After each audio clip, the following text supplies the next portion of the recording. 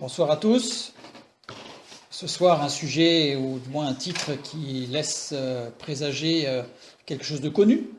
Donc on va lire le texte sur bâtir sa maison sur le roc. Donc je vous propose la lecture de Matthieu chapitre 7 verset 24. Nous n'allons pas lire la suite, c'est-à-dire, vous savez, le sage qui bâtit sa maison sur le roc, ce que nous allons lire maintenant, et nous n'allons pas lire la partie du fou qui bâtit sa maison sur le sable. À la limite, peut-être la semaine prochaine, parce que nous verrons que nous n'aurons pas le temps d'arriver au deuxième verset ce soir. Donc lisons le texte dans Matthieu chapitre 7 verset 24, texte très connu. C'est pourquoi quiconque entend ces paroles que je dis et les met en pratique sera semblable à un homme prudent qui a bâti sa maison sur le roc. Le texte est clair. Entendre la parole de Dieu ne suffit pas, puisqu'il faut entendre la parole de Dieu, c'est-à-dire lire la parole, participer aux études bibliques, etc., que l'on peut, bref. Mais il faut aussi mettre en pratique afin d'être semblable à un homme prudent qui a bâti sa maison sur le roc, ou littéralement qui est en train de bâtir sa maison sur le roc. Il y a eu un départ sur le roc et on continue à construire sur le roc. On va lire un deuxième texte. 1 Corinthiens chapitre 3 verset 6. Ne savez-vous pas que vous êtes le temple de Dieu et que l'Esprit de Dieu habite en vous? Donc là, vous êtes le temple de Dieu, donc on a aussi l'idée de la construction, d'une construction pour Dieu. Un homme prudent, donc dans Matthieu, qui a bâti sa maison sur le roc. Le verbe bâtir, oikodomeo, qui signifie littéralement bâtir depuis les fondations. Donc c'est pas construire sur quelque chose d'existant, on part vraiment de la base. C'est ce verbe qui est employé, nous l'avons déjà rencontré lors de nos études, dans le livre dans les Septante, c'est-à-dire la traduction grecque de l'Ancien Testament, par des juifs hellénistes, donc qui parlaient grec, pour le bâtissement d'Ève à partir de la côte d'Adam. Donc on voit bien que c'est une construction très précise d'un organisme, de quelque chose de vivant, de quelque chose qui va se construire. Donc là, on voit où on va en venir, bien sûr. C'est vraiment ce verbe très particulier qui est utilisé. Ève a été construite à partir de la côte d'Adam. Jésus-Christ étant le second Adam, l'Église est construite sur la base de Jésus-Christ. De la même manière. Et oikodomeo signifie aussi remettre en état, rebâtir, réparer. Il est évident qu'un enfant qui naît dans un foyer chrétien, qui a une éducation autour de la parole de Dieu, basée sur la parole de Dieu, et qui fait le bon choix en plus tout au long de sa vie, en fait, je dirais presque, n'a pas besoin de remettre en état ou de rebâtir, si ce n'est bien sûr qu'il a la marque du péché, mais dès le départ, en fait, il construit toute sa vie sur des fondements qui sont sains et qui lui permettent de bâtir quelque chose de propre. Mais nous sommes nombreux à avoir fait parfois des choix ou à avoir rencontré le Seigneur tardivement, et de fait, nous avons conscience que nous avons sérieusement besoin d'être remis en état, voire d'être rebâtis et réparés. Donc, ça englobe tout ça. Jésus ne s'adresse pas qu'à ceux qui ont, par chance, entre guillemets, vécu depuis l'enfance sur les voies de Dieu, mais il s'adresse à tout le monde. Sa maison, oikia, on voit qu'il y a une même racine d'ailleurs, qui désigne une maison, donc le bâtiment, une maison, qui désigne aussi la famille, d'une façon générale, comme nous, on pourrait dire la maison d'un tel, sous-entendu toute sa famille, c'est-à-dire ses enfants, les parents, il peut y avoir les grands-parents, enfin tous ceux qui font partie de cette famille, et désigne aussi un temple. C'est un mot en grec qui peut désigner un temple. Or, là, on voit justement la corrélation entre celui qui bâtit sa maison, on pourrait traduire celui qui bâtit son temple, non pas pour créer un Dieu, mais lui-même, puisque nous sommes le temple de Dieu. Donc on va avoir une sorte de corrélation, de partenariat avec Dieu dans cette construction, voire cette reconstruction ou cette réparation. Et maintenant, nous allons nous intéresser à la manière dont le temple a été construit, pour voir comment nous sommes appelés à bâtir notre maison sur le roc. Et c'est pour ça qu'on va étudier ce passage de façon un petit peu différente de ce qu'on a l'habitude d'entendre ou de voir, puisque nous n'allons pas rester sur le Nouveau Testament et sur la deuxième partie, et le fou qui bâtit sur le sable avec la tempête, etc., etc. Mais on va remonter un petit peu à l'origine, donc dans l'Ancien Testament, sur la construction du temple. 2 descriptions détaillées du temple nous sont données dans l'Ancien Testament, le temple de Salomon, une dans le livre des rois, dans le premier livre des rois, et au chapitre 6 et au chapitre 7, donc 2 chapitres essentiellement, parce qu'on peut aller un peu avant, il y a le chapitre 5 déjà qui parle des préparatifs, mais on va dire que la construction à proprement parler, c'est au chapitre 6 et 7, et ensuite dans le second livre des Chroniques, au chapitre 3 et au chapitre 4. Là, on va faire une petite pause juste pour comprendre, parce que ça va être important pour la suite. Je ne sais pas si vous êtes déjà arrivé, mais moi, ça m'est arrivé de me poser la question, pourquoi nous avons les 2 livres des rois et les 2 livres des chroniques, qui nous parlent essentiellement de la même chose? C'est une question qu'on peut se poser. Alors, nous, dans notre classification, je dirais, chrétienne, on a classé les livres des rois et les livres des chroniques dans les livres historiques, mais chez les juifs judaïsants, le livre des rois est un livre qui est en réalité prophétique. C'est-à-dire que le livre des rois n'a pas une portée historique, mais il a une portée prophétique. C'est-à-dire que pour l'exégèse rabbinique et juive, les 2 livres des rois, en fait, sont comme le lien entre le livre des chroniques, qui est purement historique, et qui nous permet de comprendre un peu les événements les uns par rapport aux autres, etc., d'un point de vue historique, ou je dirais presque géopolitique, et il lie avec toute la portée prophétique des livres des prophètes. Et ça va être très important, parce que quand on va regarder la construction du temple dans le livre des rois, eh bien on va y voir évidemment toute la prophétie qui va correspondre à celui qui bâtit sa maison sur le roc. Alors que le livre des chroniques, lui, est purement, je dirais, géopolitique, historique, avec bien sûr des choses qui ont une portée prophétique, puisque toute la parole de Dieu parle de Christ, donc il a une portée prophétique aussi, bien sûr. Mais l'axe principal des 2 livres des rois, c'est un axe prophétique et non pas historique. C'est pour ça qu'il y a des changements. Et c'est pour ça d'ailleurs, parfois, il y a des changements entre les 2, et ce ne sont pas ni des erreurs, ni des corrections, c'est simplement que la portée prophétique, en fait, il faut prendre les 2 justement, pour bien mesurer et pour bien comprendre la portée prophétique du livre des rois, des 2 livres des rois. Et là, on comprend vraiment que les 2 sont à lire en même temps, je dirais. Voilà. Alors que le livre des chroniques, lui, a une portée historique. Ça, c'est très important pour la suite de notre étude. Et bien, justement, par rapport à cette portée prophétique, nous allons aller dans le livre des rois. Alors, on ne va pas avoir le temps de tout étudier, on va étudier quelques passages, mais je vous inviterai à relire les 2 passages après ce que nous aurons étudié, et vous verrez qu'il y a beaucoup de choses qui vont s'éclairer. Donc, 1 Roi, chapitre 6, verset 7. Lorsqu'on bâtit la maison, on se servit de pierres toutes taillées, et ni marteau, ni hache, ni aucun instrument de fer ne furent entendus dans la maison pendant qu'on la construisait. Donc, dans la maison de Dieu, le temple. Le temple donc fut construit dans le silence, des outils en tout cas, dans la paix. Il n'y avait pas de fracas, de choses qui se brisent, etc. Il est communément dit que chaque pierre était préparée à l'extérieur du chantier. Donc taillée et préparée à l'extérieur du chantier. On va voir que cette lecture, alors certes, il y avait de la préparation, on va le voir, à l'extérieur du chantier, bien sûr, puisqu'il y en avait même jusqu'au Liban, on va le voir. Donc ils sont arrivés par bateau, par radeau, pour être précis. Mais ça pose un problème. Le fait de dire que tout a été préparé à l'extérieur pose un sérieux problème. Et le problème, c'est que comment est-ce qu'on pouvait imaginer une telle précision de construction sur des gens qui seraient à des kilomètres pour que ça s'emboîte parfaitement, ou alors on aurait imaginé les allers-retours incessants pour juste tailler un petit peu plus loin, etc. Bref. Il y a d'autres endroits dans la Bible où c'est noté qu'un outil n'ira, et en fait, pour construire un hôtel... voilà.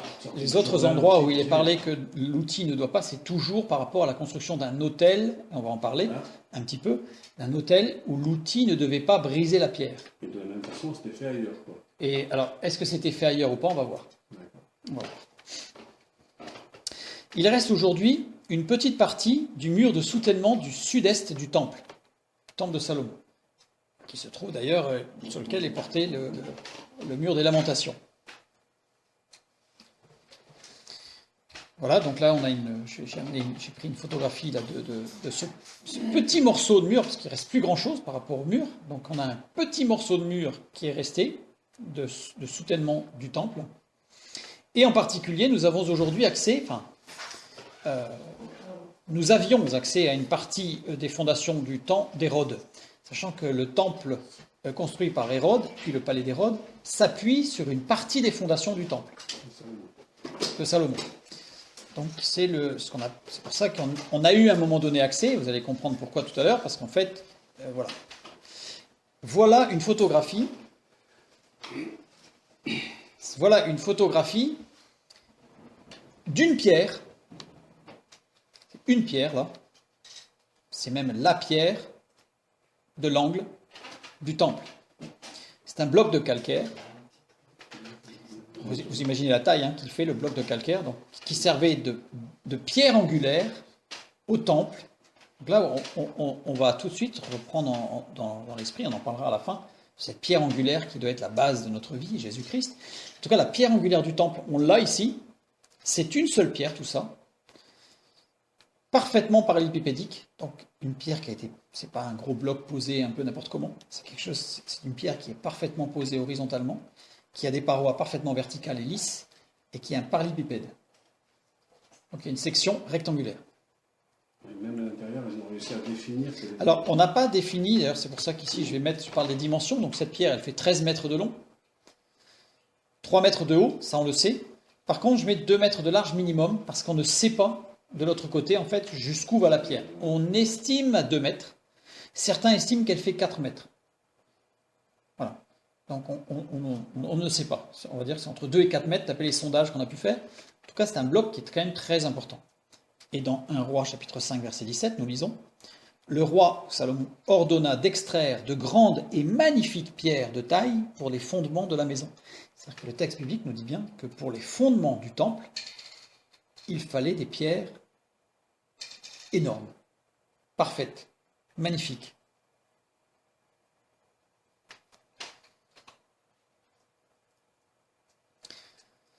Le volume de cette pierre est estimé à 78 mètres cubes.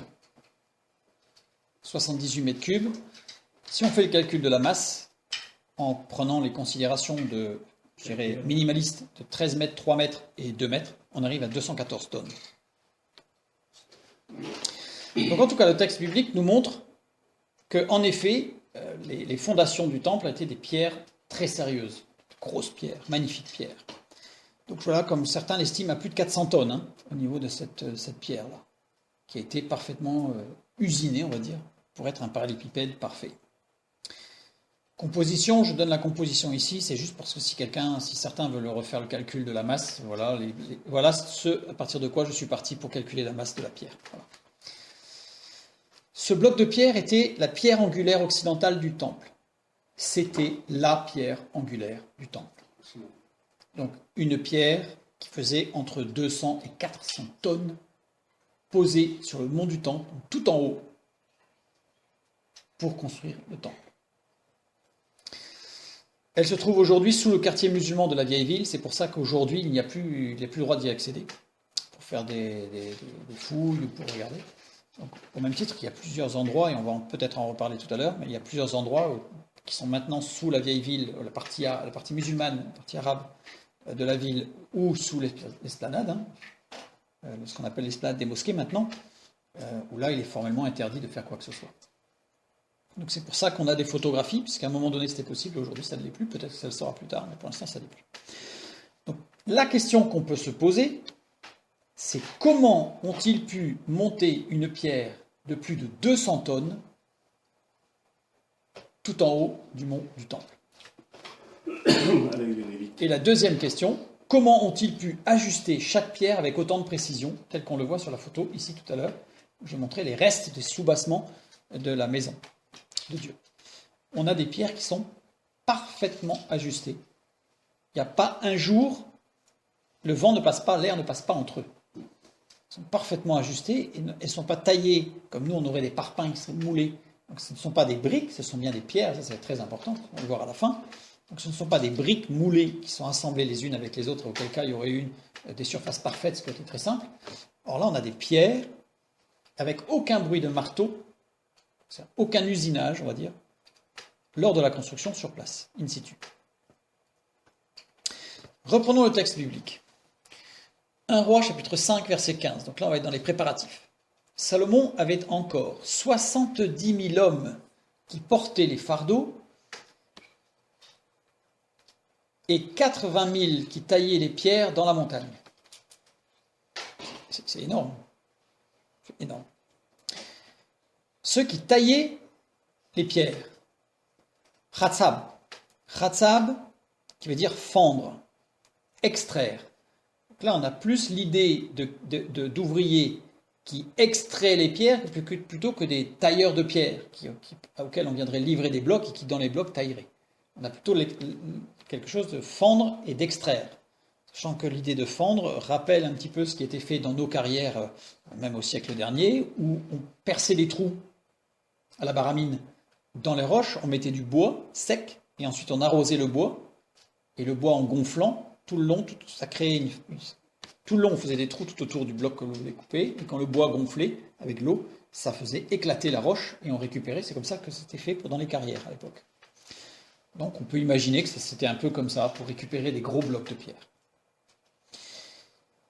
Qui taillait les pierres, il n'y a pas de mot pour dire les pierres. Les pierres, en fait, dans le texte original, il n'y en a pas. Donc il taillait dans la montagne. Donc, il ne taillait pas les pierres, il taillait dans la montagne. Ba'ar, avec la lettre Beit au départ qui veut dire dans, sur, à, et Ar qui veut dire montagne ou colline. Donc il taillait directement dans la montagne. Donc on n'avait pas affaire à des tailleurs de pierre, on avait vraiment affaire à des gens qui extrayaient des blocs. Ensuite, il y avait 70 000 qui portaient les fardeaux. Fardeau, sabal. Sabal formait les deux premières lettres qui désignent tout ce qui entoure, circonscrit, comme une ceinture. Donc le fait d'avoir une ceinture, par exemple, à son pantalon, ça commençait par cette racine, ce mot ceinture, puisque c'est ce qui va permettre de ceindre. Et puis la lettre lamed, qui désigne le bras ou l'action de l'homme. Donc c'est bien l'homme qui était à l'origine de ce fardeau, mais ce n'était pas un fardeau évidemment psychologique, c'était vraiment quelque chose de physique pour le temple. Et il portait. Ce verbe peut s'écrire de deux façons. Ça se prononce presque pareil, puisque c'est nassa ou nassa. Vous voyez la différence, il n'y en a quasiment pas. Mais l'écriture n'est pas la même. Dans un cas, on a la racine biconsonantique samek e, qui veut dire complètement circulaire ou rond. Donc ça désigne quelque chose de complètement rond, circulaire. Donc le fait de porter, avec cette notion-là, on pourrait imaginer sur des rondins ronds ou avec des roues ou quelque chose comme ça. Vous voyez, quelque chose de tout à fait circulaire. Et de l'autre côté, on a Shin Aleph, qui désigne un arc de cercle relié par sa corde en mouvement ou non. C'est-à-dire que ça désigne quelque chose comme cela. Une sorte de lune. Je l'appelais une lune. En fait, une portion de disque. Voilà. Et la lettre nun placée en début d'un mot désigne un être ou un élément unique. C'est quelque chose où on n'en a pas plusieurs. À partir du moment où il y a la lettre nun qui commence un mot, ça veut dire qu'en fait, il n'y en a qu'un. Il n'y a pas de multiplicité. On aurait pu imaginer, sinon, d'avoir plusieurs lunes comme ça. Mais le texte biblique nous dit que les hommes qui portaient utilisaient une lune de cette voilà, il n'y en avait qu'une. À chaque fois, évidemment. Pour chaque transport. Si le nun était placé en fin de mot, alors ça désignerait un être ou un élément multiple, au contraire. Vous voyez ? Donc là, dans notre texte, nous avons ce qui est en rouge. C'est-à-dire qu'en fait, le texte biblique nous désigne une lune, et non pas quelque chose de parfaitement circulaire ou rond. Donc pas les roues, pas les fameux rondins, comme souvent on représente l'époque des mégalithes, où tout le monde tirait, des hommes tiraient sur des gros blocs qui étaient posés sur des rondins et que l'on venait déplacer au fur et à mesure pour faire rouler. Donc le texte biblique nous dit que non, ça ne se présentait pas comme ça. Ça ne se présentait pas comme ça. Le déplacement des blocs, c'est une faute, il manque un S là, mais le déplacement de ces blocs énormes, il y avait un ceinturage qui était fait, puisqu'on a le fardeau, en fait, on a vraiment cette racine du ceinturage, donc c'était ceinturé, sur une lune, ce que j'appelle une lune, on a bien compris, puis roulage par étapes. J'ai fait un petit schéma pour expliquer. On avait un bloc de pierre avec la lune à côté. On venait coller la lune sur le bloc de pierre, de cette manière-là. Et ensuite, on venait faire rouler l'ensemble comme ceci. On le refaisait rouler, on continuait à le faire rouler comme cela. Voilà. Et ensuite, on recommençait l'opération. On reprenait la lune, on la mettait de l'autre côté, etc., etc. L'avantage, on peut dire, c'est autant mettre un truc rond. L'avantage, c'est que vous avez un bloc de 200, 300, 400 tonnes à déplacer. Vous montez une côte. Si vous mettez des roues, il ne faut surtout pas lâcher en cours de route. Il y a le risque que ça dévale la côte dans l'autre sens. Avec ce système-là, en fait, c'est qu'à chaque fois que vous faites un demi-tour, vous pouvez vous arrêter, il n'y a aucun risque. Donc tout l'effort, en fait, va se retrouver sur un seul demi-tour. Pour faire basculer le bloc, 1 Roi chapitre 5 verset 15, Salomon avait encore 70 000 hommes, on a vu tout à l'heure, qui portaient. Donc vous savez, 70 000 hommes qui portaient ce bloc. Un bloc énorme.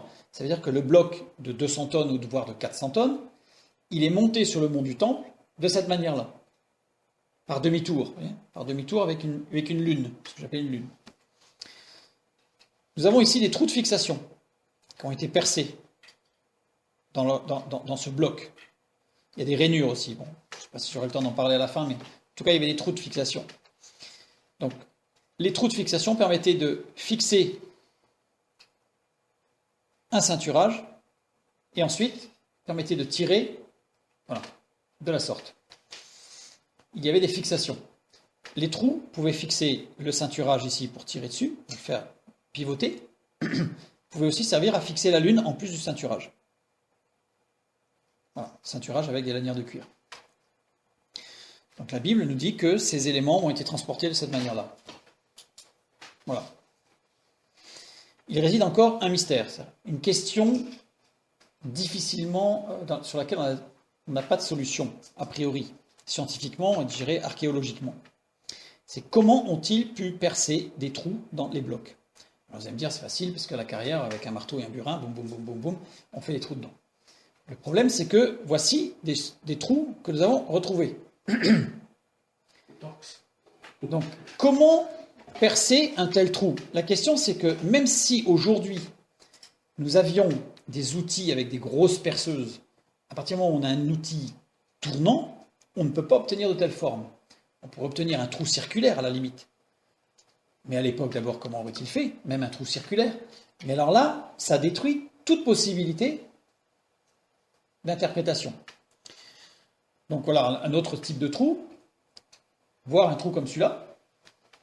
En fait, il existe toutes sortes de trous, voire des trous carrés, rectangulaires, à section carrée ou rectangulaire, bref. Comment ont-ils percé des trous comme cela? Alors, la théorie la plus fumeuse qui existe, c'est qu'il y avait des extraterrestres qui ont fait des trous comme ça, parce que ces trous, on les retrouve non seulement dans la construction du temple, même si on n'en a pas beaucoup, parce qu'on n'a pas beaucoup de restes, mais on en a quelques-uns, mais on les trouve un peu partout sur la planète. Donc là, j'ai pris des exemples de trous de forage de Volda en Norvège. Donc en Norvège, ce sont des mégalithes qui ont été retrouvés avec des trous, ceux-là, mais on les retrouve un peu partout. J'ai pris ces photos parce qu'elles sont vraiment précises et elles permettent de vraiment voir qu'il y a un réel problème sur comment est-ce qu'on peut percer. Surtout que sur la photo du milieu, on voit un trou qui, à la limite, qui fait quelques millimètres, voire quelques centimètres d'épaisseur. On peut se dire, à la limite, avec un peu de courage et de persévérance. Mais quand vous avez des mégalithes où le trou peut faire jusqu'à 2, 3, 4 mètres de profondeur, parfaitement droit, et d'une forme régulière, là, ça pose des questions. Là, ça pose problème. Et là, on a un trou circulaire. Donc là, j'ai pris quand même un trou dans un menhir en Bretagne, pour montrer qu'on en a un peu partout. Donc j'aurais pu en prendre, on en a au Pérou, on en parlera tout à l'heure, on en a en Afrique, on en a un peu partout. Il y a un endroit où on n'en a pas, c'est la péninsule arabique. Et sinon, on en a un peu partout. Donc voilà, la question, c'est comment ont-ils fait ces trous? Donc là, si vous allez sur Internet, vous allez voir qu'il y a beaucoup de théories, quasiment toutes les plus folkloriques les unes que les autres. Mais maintenant, on va essayer de résoudre ce problème. 1 Roi, chapitre 6, verset 7. Lorsqu'on bâtit la maison, on se servit de pierres toutes taillées, et ni marteau, ni hache, ni aucun instrument de fer ne furent entendues dans la maison pendant qu'on la construisait. Toutes taillées. Les pierres étaient toutes taillées. Salema Massa.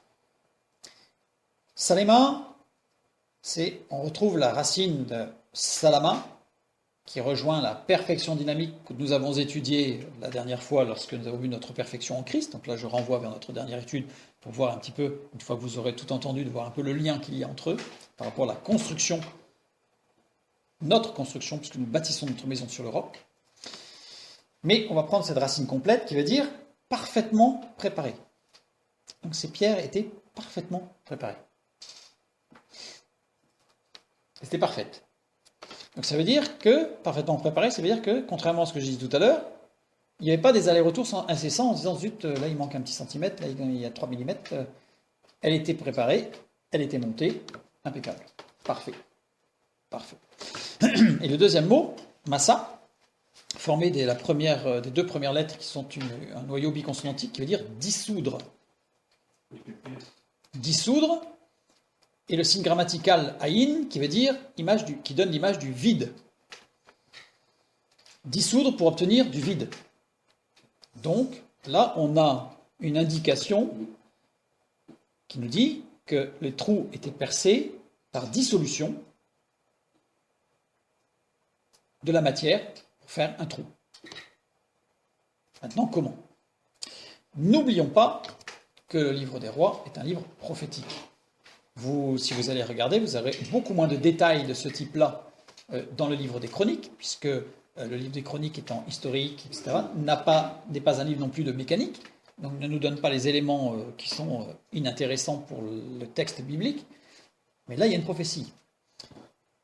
Le temple, nous avons vu, suivant le modèle du tabernacle, qui a été construit suivant le modèle du tabernacle montré à Moïse par Dieu dans le désert, en fait, les deux sont une représentation de l'œuvre de Christ.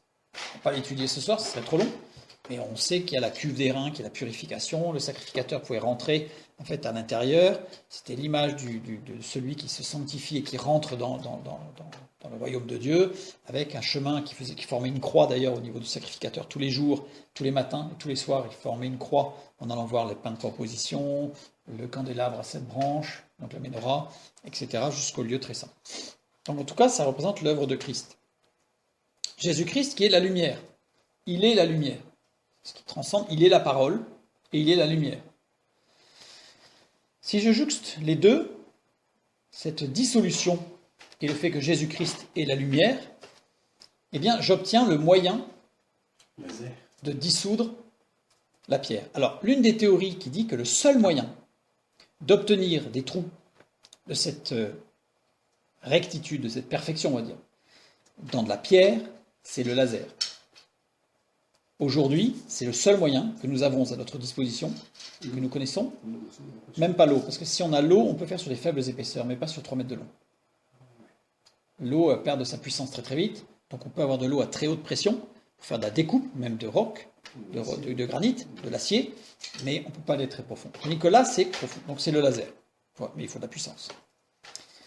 Je vais vous montrer une vidéo que vous pouvez reproduire. Je vous dis tout de suite, faites très attention, avec une lentille. Alors là, c'est une lentille qui a été utilisée, qui est en fait en verre. Mais vous pouvez très bien utiliser une lentille extrêmement simple. C'est que vous prenez une bâche en plastique transparente, solide évidemment, que vous fixez dans un cadre et vous mettez de l'eau dedans. À partir de l'eau pure. À partir du moment où vous mettez de l'eau pure dedans, ça va former ce qu'on appelle un paraboloïde. Ça va faire une sorte de creux qui n'est pas une sphère, un morceau de sphère. C'est un paraboloïde. Et là, vous allez avoir une lentille convergente, naturelle, je dirais, juste avec de l'eau.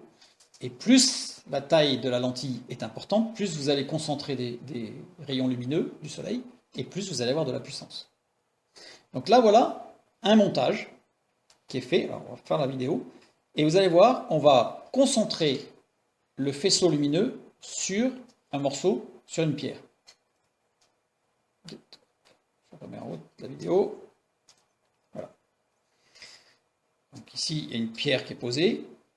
Et en fait, voilà, on va concentrer. Donc là, on ne voit rien. Donc ce qui fait qu'on va passer sur un mode sur une caméra différente, voilà, pour mieux voir, parce que sinon on ne voit rien du tout. Et voilà ce qui se passe en quelques secondes. C'est de la pierre. Hein. C'est pas du métal, c'est de la pierre. Je vous laisse regarder. Uniquement sur l'effet de la lentille.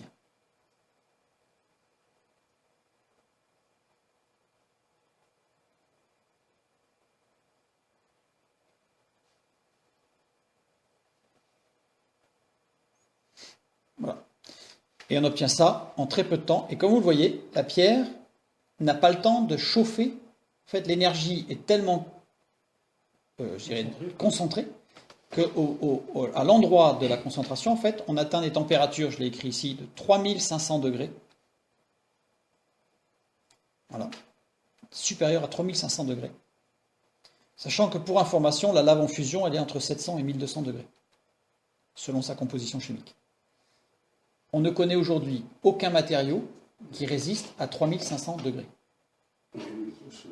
Si ça continuait, comment elle va s'écouler au fond? Alors, c'est parce qu'il va y avoir de l'évaporation. Alors, pourquoi ça s'écoule au fond? Parce qu'à un moment donné, il y a de l'évaporation. Si on veut faire très profond, il faut de temps en temps arrêter, soit retourner, soit faire couler. 400 tonnes, c'est pareil pour le retourner. Oui, mais le 400 tonnes, on ne va pas le retourner. Le 400 tonnes, il suffit on va gratter. Et après, on recommence.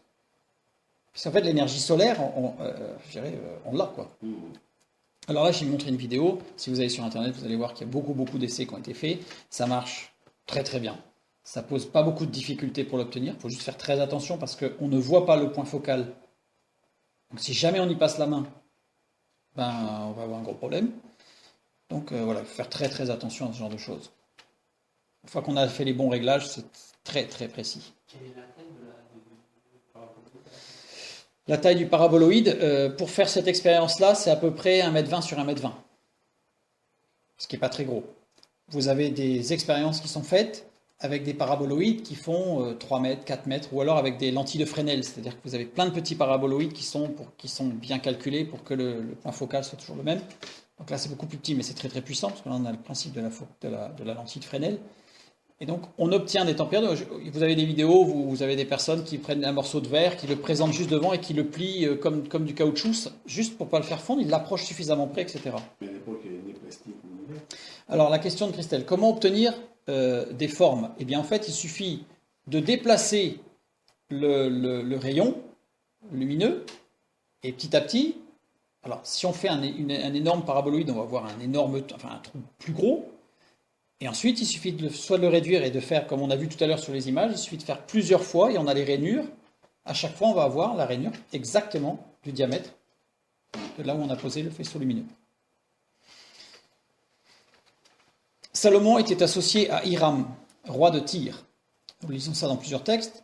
1 Roi 7,13. Le roi Salomon fit venir de Tyr Hiram.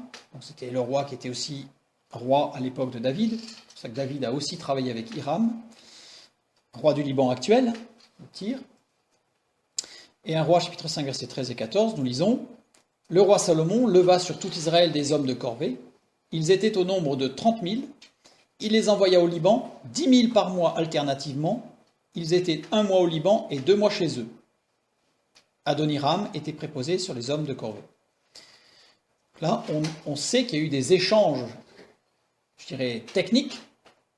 Il y a eu des échanges de matériaux, puisqu'en fait, le bois venait du Liban. On a un texte qui nous parle des pierres qui venaient du Liban. Donc, il y a des pierres qui venaient du Liban. D'ailleurs, les dimensions qui sont données par les pierres donnaient des pierres assez imposantes. Pas 400 tonnes, mais qui étaient quand même imposantes. Et qui venaient directement du Liban et qui étaient taillées de la même manière que dans la carrière du temple.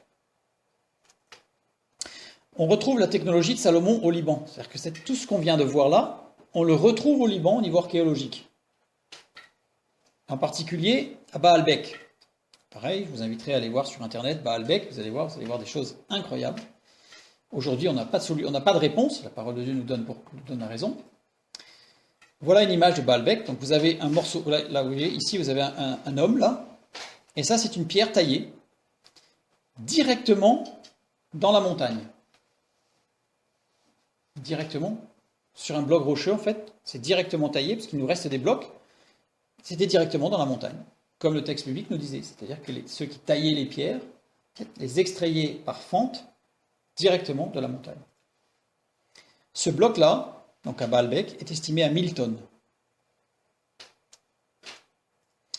En voilà un autre.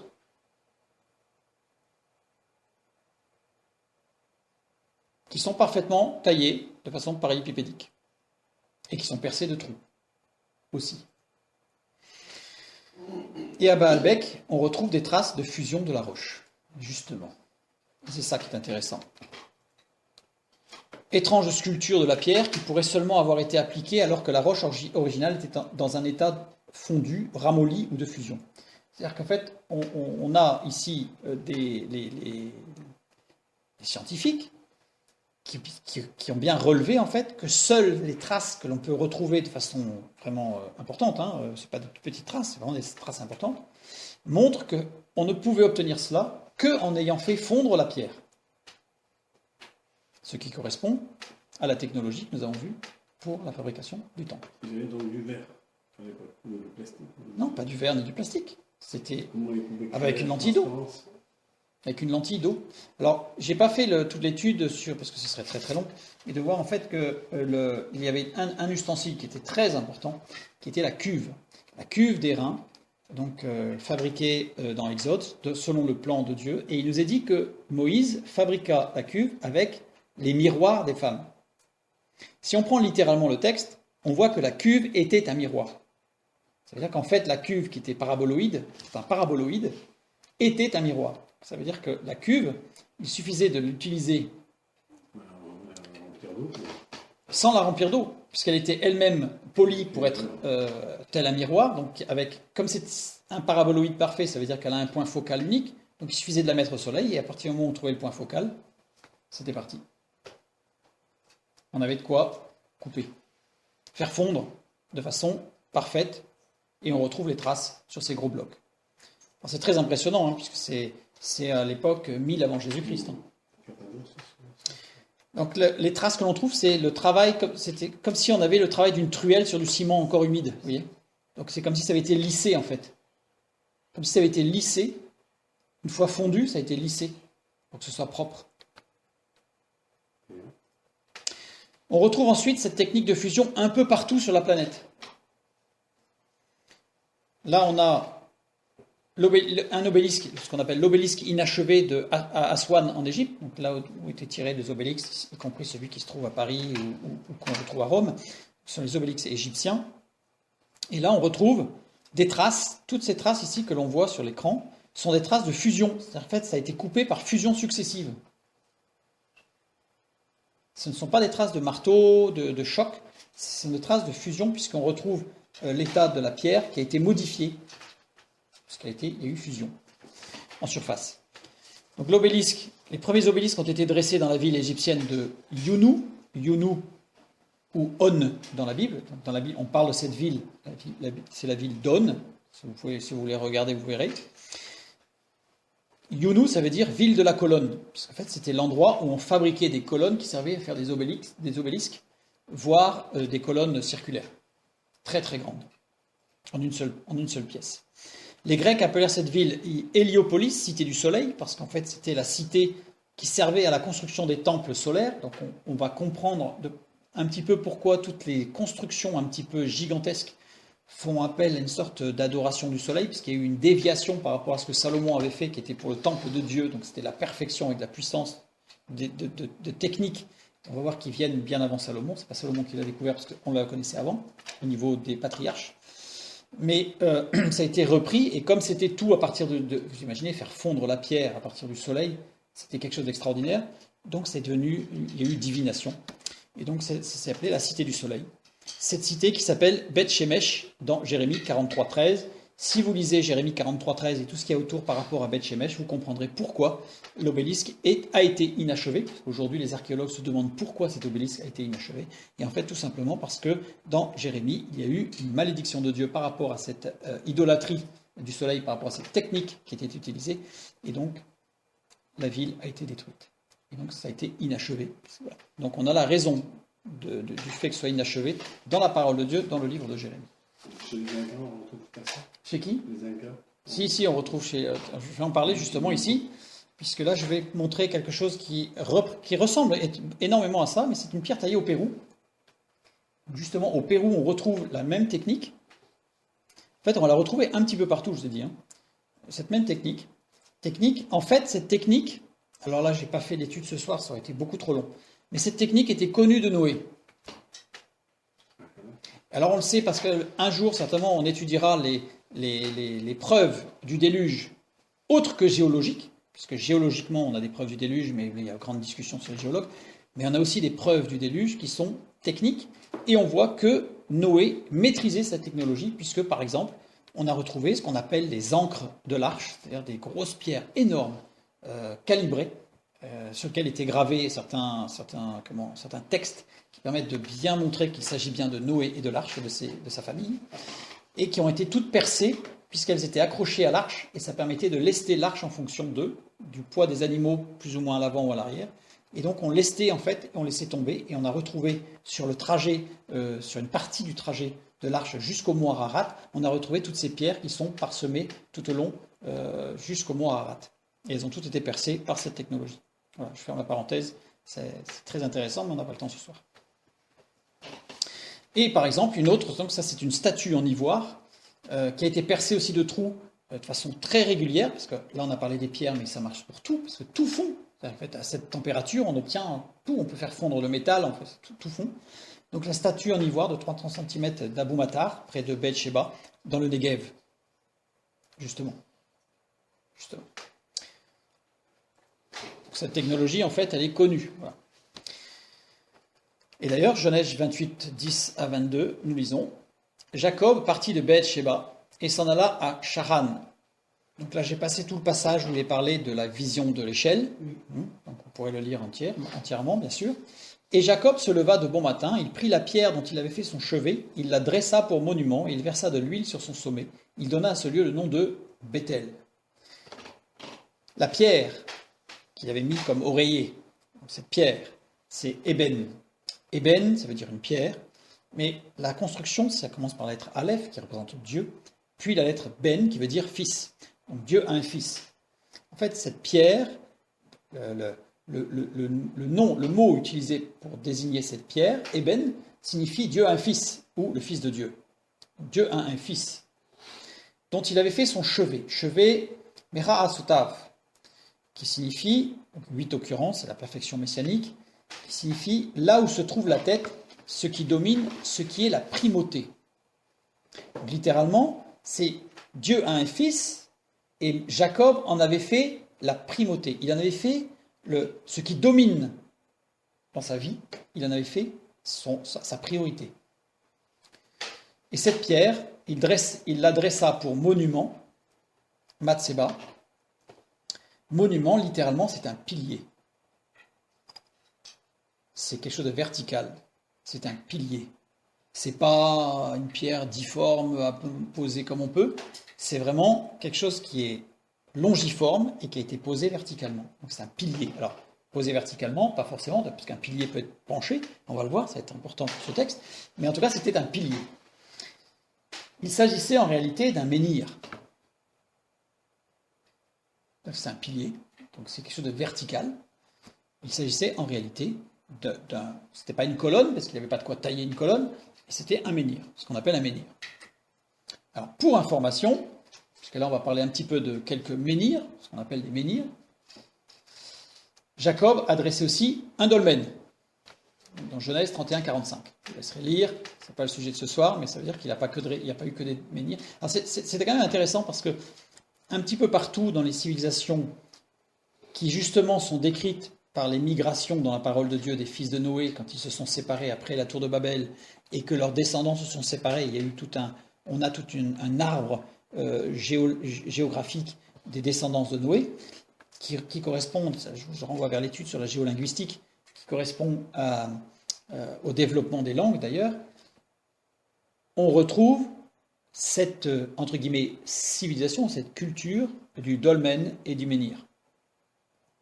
Curieusement, exactement dans le même sens que ce que donne la parole de Dieu par rapport aux migrations. Donc en tout cas, Jacob a fait ici un menhir et par ailleurs, il a fait un dolmen. Bethel, on sait que Bethel, ça veut dire la maison de Dieu. En fait, Beth désigne une maison, désigne aussi la famille, désigne aussi un temple. Donc on a la même chose que tout à l'heure dans notre texte du Nouveau Testament. C'est-à-dire que là, on a vraiment Bethel, c'est la maison de Dieu. C'est aussi la famille de Dieu. Donc c'est ce que j'ai mis ici, c'est la maison de Dieu. C'est aussi la famille de Dieu. Et c'est aussi le temple de Dieu. Donc on a toute je dirais presque, la panoplie de la construction de l'Église, à savoir, nous sommes le temple, nous intégrons la famille de Dieu, et nous sommes dans la maison de Dieu, le royaume de Dieu. Le temple, par excellence. 1 Corinthiens 3,11, donc Genèse 28, 10 à 22, nous renvoie directement vers ce texte de l'apôtre Paul, car personne ne peut poser un autre fondement que celui qui a été posé, à savoir Jésus-Christ. Ce fondement. Continue. Éphésiens chapitre 2, verset 20. Vous avez été édifiés sur le fondement des apôtres et des prophètes, Jésus-Christ lui-même étant la pierre angulaire. Pour la mise en place de la pierre angulaire, nous avons une nuée de témoins. Je renvoie vers la pierre angulaire, comment elle a été 70 000 hommes qui servaient à déplacer pour mettre en place cette pierre angulaire.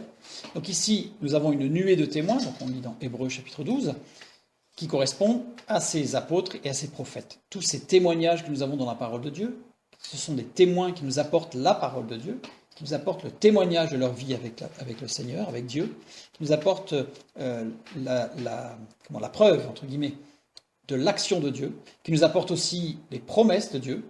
Donc ce sont tous ces témoins qui vont nous permettre de positionner cette pierre angulaire. On va le voir. La conversion, c'est une révélation de Jésus-Christ Sauveur.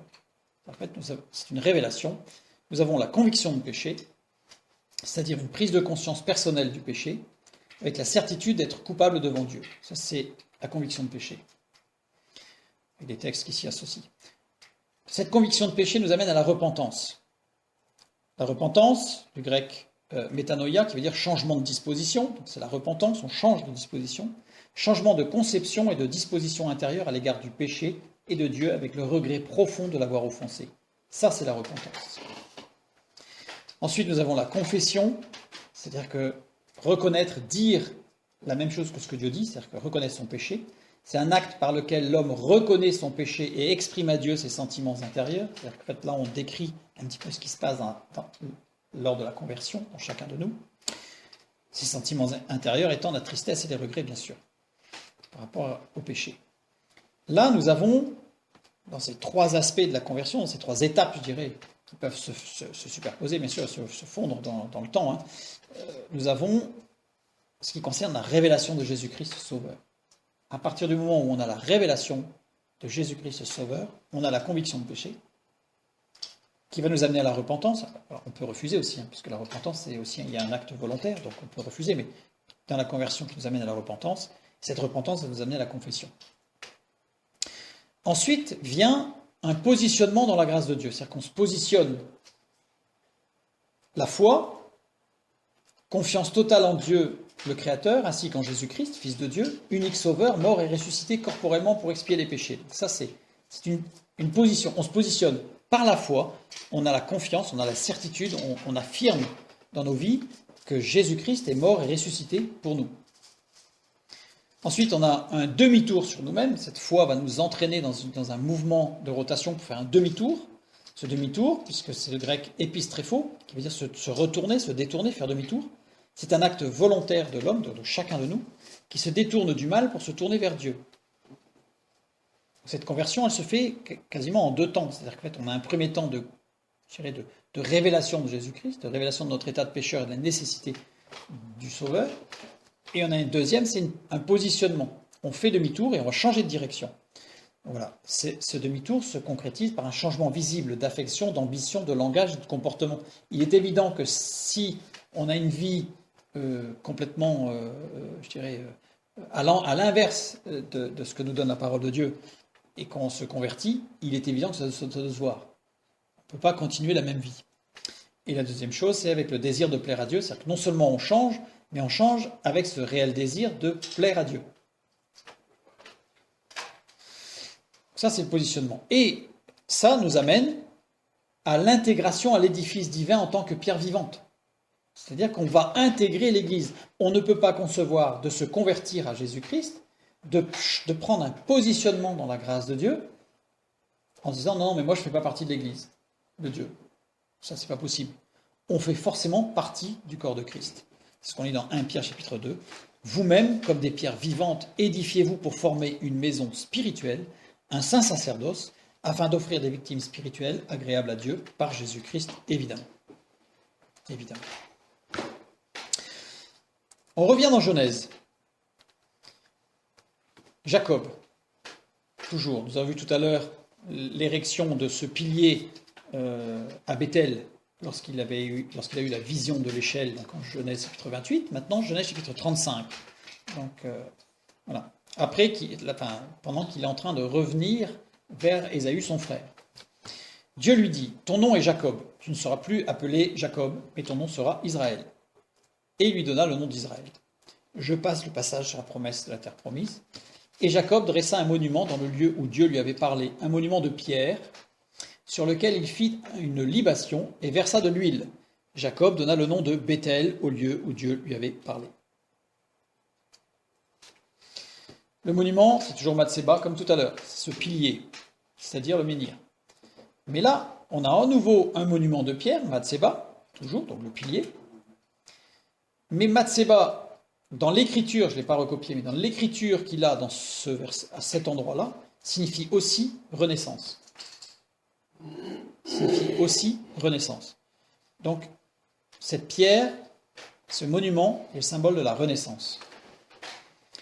Le premier, si je l'ai mis, parce que le premier Matseba se finit par un E, on va dire un H, ici, alors que l'autre, ici il y a une erreur, il y a un T, c'est Matsebat. Une erreur, Matsebat, puisque c'est la lettre Tav. Vous l'aurez tous remarqué, bien sûr. La lettre E, c'est le symbole de la vie. La lettre Tav, c'est le symbole de la croix. C'est là toute la différence. Ici, nous avons, dans la première partie, la révélation de ce qu'est la vie, c'est-à-dire, on va dire, la prise de conscience de la mort spirituelle, donc la nécessité de revenir à la vie, d'une renaissance. Et dans le deuxième, nous avons cette action de la renaissance, avec ce mot tel qu'il est écrit là, Matsebat, qui signifie renaissance, par le passage par la croix, Tav. Donc on a ce petit jeu de lettres, je dirais, de la conversion, en fait, de Jacob, qui a réalisé en 2 temps de mouvement, on va le dire, toute la nécessité. Vous savez que Jacob était un patriarche, c'est un homme de Dieu, un homme de référence, je dirais.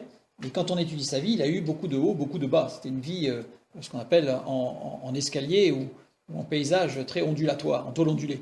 En fait, il était parfois en haut, parfois en bas. Parfois en haut, parfois en bas. Etc., etc. Donc là, il a fallu qu'il avance pour prendre conscience de sa nécessité de cette marche avec Dieu. En tout cas, nous avons ici le positionnement dans la grâce de Dieu. Et d'ailleurs, c'est bien insisté ici que c'est un monument de pierre. Et le mot de pierre, c'est ébène. Et c'est pas ébénim, c'est-à-dire que c'est pas des pierres au pluriel, c'est des pierres, c'est une pierre. C'est un monument d'une pierre. Évidemment, puisque comme nous l'avons lu tout à l'heure, personne ne peut poser un autre fondement que celui qui a été posé, à savoir Jésus-Christ, il n'y en a qu'un. Donc là, le texte ne devrait pas y avoir de S à pierre.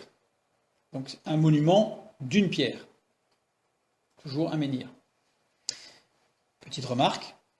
Genèse 28, 10, nous avons lu que Jacob dressa un menhir et donna le nom de Bethel à ce lieu. Et dans Genèse chapitre 35, nous lisons que Jacob dressa un menhir et donna le nom de Bethel au lieu où Dieu lui avait parlé.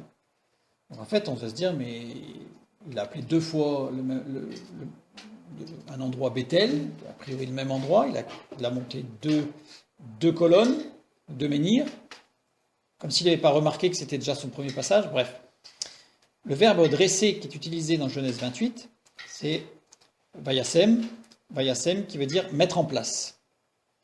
Dans le fait de mettre en place, il n'y a aucune notion de verticalité parfaite. C'est quand on a mis quelque chose en place. Il n'y a pas la notion d'être parfait, d'être droit, etc. Par contre, dans le Genèse chapitre 35, le verbe dresser, c'est natsab. Natsab qui signifie mettre bien droit, dresser solidement. On a bien cette approche de cette base fondamentale de Bethel, la maison de Dieu, c'est qu'il y a eu un premier temps où il y a eu une mise en place de la prise de conscience de la mort et de la vie, et un deuxième temps où on a eu cet enracinement solide pour être bien droit. Donc, ça veut dire que Jacob nous donne ici les deux étapes, je dirais, que nous avons vues tout à l'heure sur la conversion, à savoir, bien sûr, il n'y a pas forcément, ça peut tout se faire en même temps, hein, mais on a une nécessité absolue pour construire sur le roc, de reconnaître, de prendre conscience de la nécessité de la vie en Christ, et ensuite passer par la croix, c'est-à-dire, on va dire, premier cas, c'est accepter Jésus-Christ comme son sauveur, deuxième cas, c'est comme son Seigneur, pour changer de mode de vie et lui obéir. Et les deux verbes sont conjugués à l'imparfait. L'imparfait, ça veut dire action qui nécessite d'être répétée dans un processus de complète réalisation. C'est-à-dire que notre vie chrétienne, c'est pas parce qu'un jour on a fait une expérience avec Jésus-Christ que ça y est, on bâtit sur le roc. C'est quelque chose qu'il va falloir entretenir, qu'il va falloir consolider, qu'il va falloir édifier. D'où l'édification. L'édification, c'est justement venir mettre bien vertical les choses bien droites vers le ciel, solidement posées sur les fondations. Comme nous le voyons avec Jacob, dans ces deux textes. 1 Pierre 2, 4, 5 et 8. Approchez-vous de lui, pierre vivante, rejetée par les hommes, mais choisie et précieuse devant Dieu. Remarquez que là, pierre vivante, c'est bien au singulier. Donc Dieu s'adresse, Dieu au travers des paroles de Pierre, s'adresse à chacun de nous, qui que nous soyons. C'est pas une globalité, allez, venez tous, venez tous, ça va être formidable. C'est chacun en particulier, Dieu dit, approche-toi de lui, toi, pierre vivante, rejetée par les hommes, mais choisie et précieuse devant Dieu. Vous-même comme des pierres vivantes, donc là il s'adresse à tout le monde, tous ceux qui font partie du corps de Christ, qui sont des pierres vivantes, Eben, donc comme des pierres vivantes, édifiez-vous pour former une maison spirituelle, un saint sacerdoce, afin d'offrir des victimes spirituelles agréables à Dieu par Jésus-Christ. Les pierres du temple étaient assemblées de façon très particulière, c'est ce que nous avons vu tout à l'heure. Ajustées avec perfection, c'est-à-dire qu'il n'y avait pas de jour entre les joints. Là. Bon là, évidemment, les murs ont vieilli, les murs ont subi beaucoup de guerres, beaucoup de destructions, beaucoup d'incendies, donc ça a été très abîmé. Mais on retrouve encore cette perfection des assemblages dans les quelques restes que nous avons des soubassements des murs du temple. J'ai donné une citation de certains archéologues qui parlent de cette construction et aussi d'autres. On ne pourrait pas passer une feuille de papier cigarette dans les jointures. C'est-à-dire qu'il n'y a pas de quoi passer une feuille de papier cigarette, c'est très très très fin. Il n'y a pas un jour. Tout est parfaitement ajusté. 1 Roi 6, 7, nous lisons « Lorsqu'on bâtit la maison, on se servit de pierres toutes taillées, et ni marteau, ni hache, ni aucun instrument de fer ne furent entendus dans la maison pendant qu'on la construisait. » Point d'interrogation, comment pouvait-il faire pour ajuster aussi précisément les pierres ? La fusion des surfaces des pierres permettait de les assembler et de les ajuster sans bruit. En fait, on voit que les surfaces des pierres, quand on en a qui sont démontées, alors c'est le temple, mais on a aussi surtout des traces à Baalbek, par exemple, les surfaces des pierres, en fait, ont été fusionnées. C'est-à-dire, en fait, elles ont été taillées, non pas au burin et au marteau, mais avec ce fameux, on va dire laser lumineux, enfin, je sais pas, avec la lumière, je préfère dire, avec la lumière. 1 Roi 5, 18, nous lisons « Les ouvriers de Salomon, ceux de Hiram », donc il y avait d'un côté les ouvriers de Salomon, d'un autre côté ceux de Hiram, et les Ghibliens les taillèrent et ils préparèrent les bois et les pierres pour bâtir la maison. On a un problème sur les Ghibliens, parce que c'est Ghiblim. Ghibli n'est employé que 2 fois dans la parole de Dieu, et selon les traductions que vous allez prendre, vous allez avoir des choses totalement différentes. Par exemple, les traductions anglaises ne parlent jamais de G majuscule comme si c'était un peuple, les Ghibliens, un peuple totalement inconnu, mais ils disent en fait que cela signifie autre chose. Et si on regarde la construction du mot, on va bien voir ce que ça signifie, puisqu'on commence par Gimel Beit, qui veut dire, qui désigne le principe du tenon mortaise. C'est-à-dire que ces 2 lettres désignent un assemblage qui l'un s'emboîte dans l'autre, dans une des parties. Une partie mâle, une partie femelle, tenon mortaise. Et la deuxième partie du mot, lamed yod, qui désigne toute idée de liaison, de cohésion, de tendance des objets les uns vers les autres. C'est quelque chose qui s'assemble, vous voyez ? Donc c'est cohérent ce mot. Ce mot désigne un assemblage parfait par système de tenomorthèse ou de formes identiques ou plutôt de formes complémentaires. L'un dans l'autre, l'un sur l'autre. On a un exemple ici, alors c'est pas sur le temple, parce qu'on n'en a pas, mais on a un exemple ici de pierres qui ont été assemblées avec un système de creux creusés pour être assemblés. Et là, on venait... En fait, le principe ici, c'est qu'on creusait des trous et on venait couler après du métal dedans, le métal, quand il se refroidissait, venait serrer les pierres l'une contre l'autre et venait les bloquer. On a aussi, là, pas très loin de chez nous, là, en Bretagne, on a, c'est au cairn de Barnenez, on a une construction où on a une porte. On a une porte qui est un énorme bloc de pierre qui doit faire 250 kg et qui est monté sur un autre bloc. Et les deux sont taillés pour qu'on ait comme une porte, j'ai perdu le nom, des gonds. C'est-à-dire qu'en fait, on a des gonds qui sont taillés dans le roc et la porte est sur gonds. Une porte de 250 kg qui est sur gonds granitiques. Donc on a toutes sortes de choses comme ça.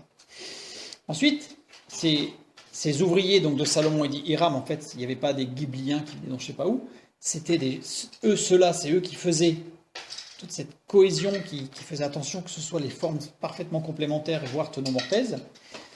Ils les taillèrent, passal. Les deux dernières lettres désignent un assemblage ajusté de pièces superposées. Donc là, on a vraiment cette désignation de précision avec la lettre F qui est une emphase quand elle est en début de mot. C'est-à-dire qu'en fait, c'est vraiment très très précis. C'est la perfection de l'assemblage. Là, j'ai pris un mur donc, qui se trouve en Amérique du Sud pour montrer un peu ce que ça peut donner. Un mur assemblé en pierre parfait. Aujourd'hui, les archéologues se demandent comment ça peut se faire. Si on regarde bien le texte biblique et la technologie que nous connaissons aujourd'hui, nous pouvons dire qu'en fait, il est possible de le faire sans avoir à sa disposition la technologie d'aujourd'hui. 1 Corinthiens 12. Car comme le corps est un et a plusieurs membres, et comme tous les membres du corps, malgré leur nombre, ne forment qu'un seul corps, ainsi en est-il de Christ. Nous avons tous, en effet, été baptisés dans un seul esprit, pour former un seul corps, soit juif, soit grec, soit esclave, soit libre. Et nous avons tous été abreuvés d'un seul esprit. Ainsi, le corps n'est pas un seul membre, mais il est formé de plusieurs membres. Bâtir sa maison sur le roc, c'est accepter d'être façonné par la lumière, et j'ai fait attention de ne pas mettre par la lumière de Jésus-Christ, par la lumière qui est Jésus-Christ. Il y a une différence. Ça veut dire qu'en fait, on accepte d'être façonné. On accepte parfois d'être, je dirais, percé. Vous voyez, je fais juste petit clin d'œil, mais rappelez-vous cette pierre angulaire qui est percée, et Jésus qui dit « Je suis la pierre angulaire ». Il est la pierre angulaire, Jésus-Christ. Et il peut dire aussi « J'ai été percé ». Vous voyez tout l'aspect prophétique de cette pierre de base du temple. Pierre angulaire. Donc, bâtir sa maison sur le roc, c'est accepter d'être façonné par la lumière Jésus-Christ, accepter d'être taillé, mais non pas avec éclat. C'est-à-dire qu'en fait, c'est pas qu'on vient nous donner un coup de marteau et paf, on en enlève un morceau qui éclate. C'est vraiment quelque chose où il y a la fusion pour obtenir quelque chose qui va être parfait. Bâtir sa maison sur le roc, c'est accepter de faire partie d'un ensemble, le corps de Christ. On ne peut pas bâtir sa maison sur le roc si on n'accepte pas de faire partie de l'Église, corps de Christ. 1 Corinthiens 12, 27. Vous êtes le corps de Christ et vous êtes ses membres, chacun pour sa part. Donc on n'est pas fondu dans la masse, chacun à sa place, chacun fait partie de l'assemblage. Imaginez un mur aussi précis que nous avons vu tout à l'heure, imaginez enlever une pierre. Le mur va tenir, mais il y a un trou. Il manque quelque chose. Chacun à sa place. Chacun à sa place, mais personne n'est indispensable. Éphésiens 5, 23. Christ est le chef de l'Église, qui est son corps, et dont il est le sauveur. 1 Pierre 2, 5. Vous-même, comme des pierres vivantes, édifiez-vous pour former une maison spirituelle, un saint sacerdoce, afin d'offrir des victimes spirituelles, agréables à Dieu par Jésus-Christ. Devenir une pierre vivante, c'est faire partie d'un corps vivant et cohérent. La tête, c'est Christ. C'est lui qui décide, c'est lui qui voit, c'est lui qui connaît pour nous mettre dans le corps de Christ où il le veut. L'Église n'est pas une ONG. L'Église, c'est un corps vivant et cohérent. Une ONG, avec un peu d'humour, c'est une organisation non gouvernée. Avec un E à gouverner. Donc, l'Église, ce n'est pas une organisation quelconque, à moitié anarchique, où chacun fait ce qu'il veut. Et où chacun décide de ce qu'il veut faire. Bien sûr qu'on peut avoir des désirs et des souhaits. On les présente à Dieu. Et c'est Dieu, c'est Christ qui est la tête du corps. Et c'est lui qui décide ce que fait chaque membre. Devenir une pierre vivante, c'est devenir un ébène, c'est-à-dire un fils de Dieu, un enfant de Dieu. Nous devenons enfants de Dieu par adoption en Jésus-Christ, co-héritiers de Christ. Ça, c'est l'Église. Un assemblage de pierres vivantes, un assemblage de pierres qui sont des enfants de Dieu, qui reconnaissent la souveraineté de Dieu sur leur vie, qui reconnaissent cette filiation du Fils au Père, donc cette soumission du Fils au Père. Ça, c'est l'Église. L'ONG, c'est quoi? C'est un assemblage de briques. Avec un jeu de mots, dans Genèse chapitre 11, nous trouvons les briques, ça s'appelle les lébanas. Une lébana, c'est une brique. Vous savez, dans Genèse 11, quand il est dit « Faisons-nous une tour, la tour de Babel », ils firent cuire des briques. Et c'est la première fois dans l'histoire biblique et dans l'histoire de l'humanité où l'homme a cessé de construire avec des pierres, mais a fait avec des briques. Et le mot lébana, qui désigne brique, signifie aussi dans sa construction un enfant qui a perdu sa filiation. Nous pouvons professer de faire les choses selon la parole de Dieu. Nous pouvons professer d'aimer Dieu, d'aimer Jésus, de connaître Jésus, etc., de chanter des cantiques, etc., tout ce qu'on veut. Mais prenons garde, parce que si nous perdons cette filiation, si nous faisons partie d'une ONG, c'est-à-dire d'un organisme non gouverné, prenons garde, parce qu'alors un jour, Jésus-Christ nous dira « Je ne te connais pas ». Et pourtant, certains diront « Nous avons chassé les démons en ton nom ». Et Jésus répondra « Je ne te connais pas ». Si nous avons perdu notre filiation, Jésus-Christ ne nous reconnaîtra pas comme ses frères et sœurs, co-héritiers. Bâtir sa maison sur le roc, c'est faire partie du corps de Christ, c'est accepter la lumière Jésus-Christ pour être façonné, non pas éclaté. Dieu ne nous éclate pas, Dieu nous façonne, sans violence, juste à la chaleur, je dirais, de la lumière.